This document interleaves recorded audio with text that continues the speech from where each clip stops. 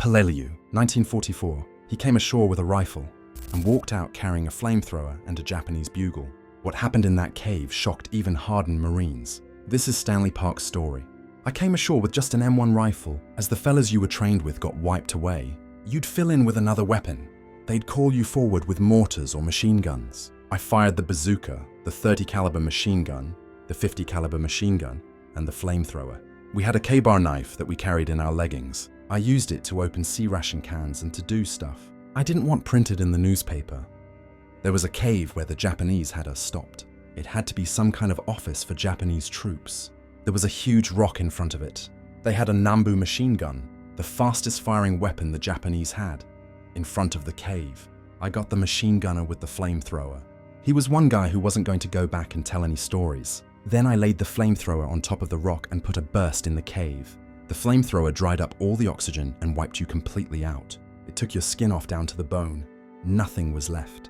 No matter who was in there or how many, they were gone. I didn't hear much screaming. Everyone who was inside the cave was fried. One guy got brave. He was ahead of the flame, just behind the rock, and he took off after I shot the burst. He ran by me, heading for an old shell crater with water in it. As he went by me, I let him have a spurt. He was screaming for a little bit.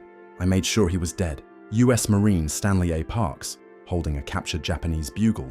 Lima Cummers, 3rd BN, 5th Marines, Peleliu, 7-15-1944. Stanley A. Parks survived Peleliu, but like so many others, he left something behind on that island. Friends, innocence, pieces of himself.